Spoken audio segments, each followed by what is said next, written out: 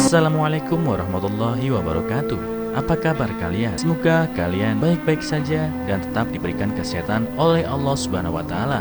Bantu channel kami dengan cara subscribe dan tekan tombol lonceng kalian. Terima kasih. Semoga kisah ini bermanfaat. Wanita muda menghibur anak kecil yang tersesat di taman. Beberapa bulan kemudian dia menjadi ibunya. Seorang wanita yang patah hati karena cinta melarikan diri dari kenyataan di taman dan alam ketika jalannya bertemu dengan seorang anak laki-laki. Sedikit yang dia tahu, dia akan menggantikan ibunya sebulan kemudian. Setelah pacar Mary, Jack putus dengannya dan mengusirnya dari apartemen sewaan mereka, dia tidak punya tempat tujuan. Dia akhirnya mencari perlindungan di rumah seorang teman, tetapi dia merasa tidak nyaman di sana. Jack dan Mary telah berkencan selama lebih dari 6 tahun, dan dia tidak pernah berpikir dia akan mengakhiri semuanya dalam satu malam. Sementara dia mengatakan kepadanya bahwa dia tidak mencintainya lagi. Dia tahu itu bohong. Dia mencintainya bahkan setelah apa yang dia lakukan. Cinta itu lucu, bukan? Mary menangis untuk Jack, bahkan setelah dia berselingkuh dan meninggalkannya. Dia sering melarikan diri ke taman di sekitar rumah temannya sehingga tidak ada yang memperhatikan dia menangis. Dan dia menangis sepuasnya mengingat hari-hari manisnya bersama Jack. Suatu hari, Mary sedang duduk di bangku sendirian, menangis ketika dia mendengar isakan pelan di sekelilingnya. Dia tidak melihat siapapun dari jarak dekat, tetapi merasa seseorang sedang mengawasinya. Jadi dia bangkit untuk pergi. Saat itu, dia melihat seorang anak laki-laki di belakang bangku memeluk lututnya dan menangis. "Hai, apa yang kamu lakukan di sini sendirian?" Dia bertanya pada anak laki-laki itu yang menatapnya dengan mata merah. Aku tidak bisa menemukan jalan pulang." Dia terisak. "Saya tersesat saat mengejar bola saya." "Apakah kamu di sini bersama teman-temanmu?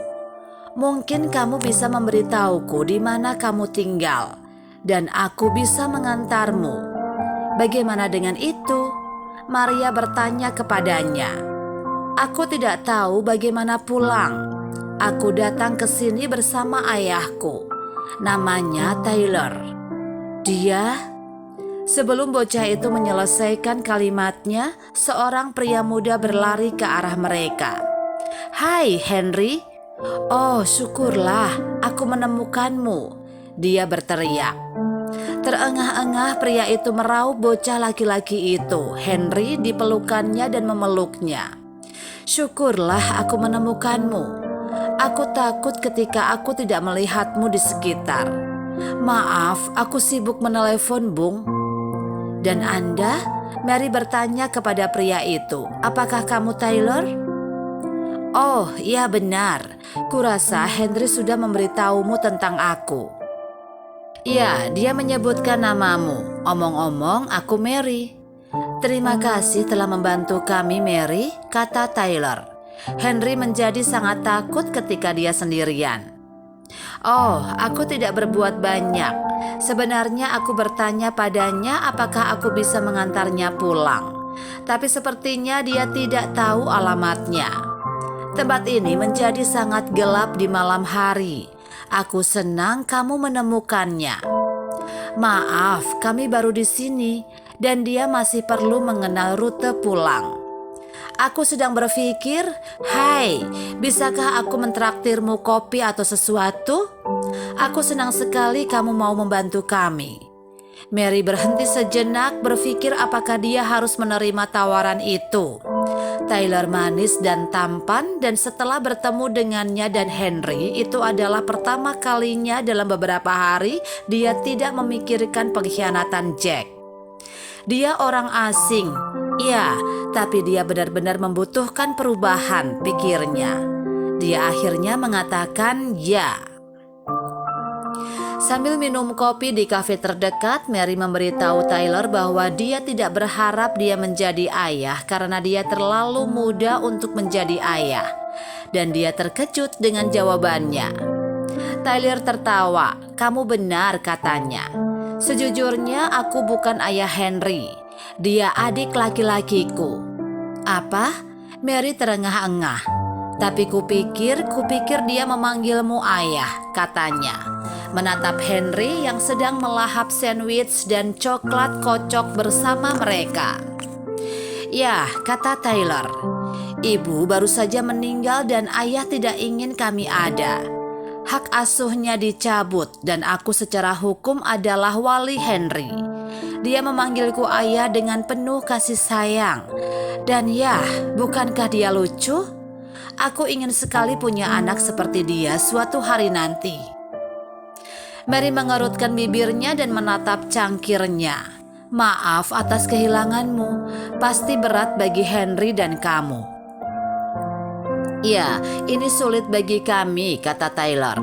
"Kehilangan orang tuamu di usia yang begitu muda tidaklah mudah. Dan aku juga merindukan ibu. Jadi, bagaimana denganmu?" "Maksudku, aku hanya berbicara tentang diriku sendiri sampai sekarang. Apakah kamu berasal dari kota ini sendiri?" Mary mengangguk sebelum membagikan beberapa detail tentang kehidupannya yang menyedihkan. Dia memberitahu Tyler bahwa dia lahir dan dibesarkan di kota yang sama dan tidak pernah pindah. Kemudian dia mengungkapkan bagaimana dia tinggal tempat teman karena dia tidak punya tempat tujuan. Mary adalah seorang yatim piatu dan selalu menjaga dirinya sendiri. Dia belum menemukan pekerjaan dari rumah. "Jangan khawatir," Tyler mendorongnya. "Aku cukup yakin kamu akan melewatinya. Aku percaya padamu." Mary tersenyum. "Terima kasih. Kurasa aku benar-benar perlu mendengarnya." Sebelum meninggalkan kafe, Tyler dan Mary bertukar kontak. Dan Tyler memberitahunya bahwa dia bisa menelponnya kapan saja dan dia akan menghiburnya. Dia telah memperhatikan bahwa dia tampak sedih. Dan sikap bijaksana menawarkan untuk menelepon kapan saja benar-benar menyentuh hati Mary. Di rumah malam itu dia memutar dan membalikan tempat tidurnya. Tidak percaya dia memikirkan Tyler dan bukan Jack. Apakah dia sedang jatuh cinta? Apakah itu naksir baru? Dia tidak peduli tentang itu.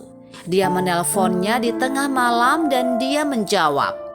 Hai, dia berkata. "Tidak menyangka kamu akan menelepon secepat ini. Kamu mengenali nomorku? Maaf, aku harus menelepon lain kali, kurasa." Tidak apa-apa. Aku sebenarnya sudah bangun," katanya.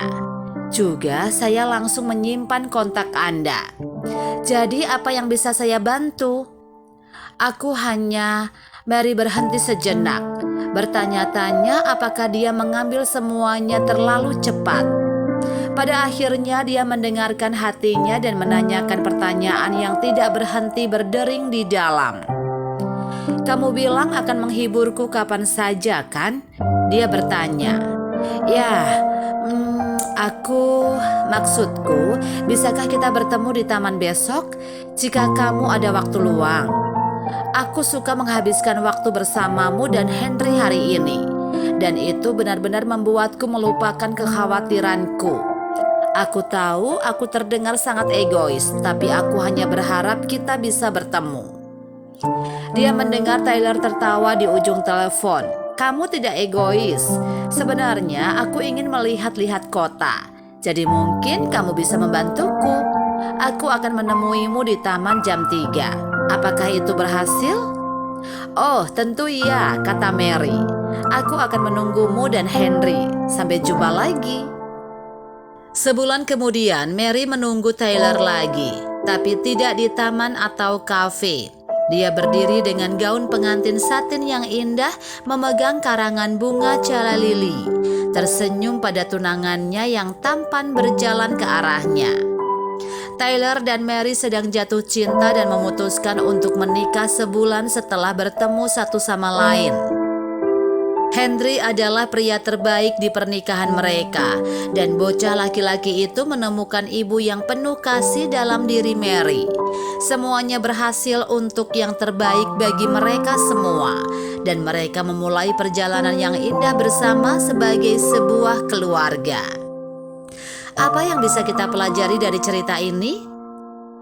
Terkadang hati kita hancur karena kita ditakdirkan untuk hal-hal yang lebih baik. Hubungan Mary dan Jack tidak berhasil karena Tuhan telah merencanakan seseorang yang lebih baik dan lebih mencintai hidup Mary. Cinta sejati menemukan Anda dimanapun Anda berada. Tyler dan Mary ditakdirkan untuk bersama dan takdir memungkinkan.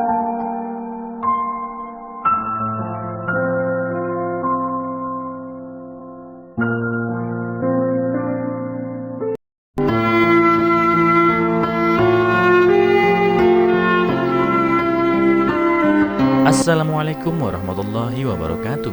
Apa kabar kalian? Semoga kalian baik-baik saja dan tetap diberikan kesehatan oleh Allah Subhanahu wa taala. Bantu channel kami dengan cara subscribe dan tekan tombol lonceng kalian. Terima kasih.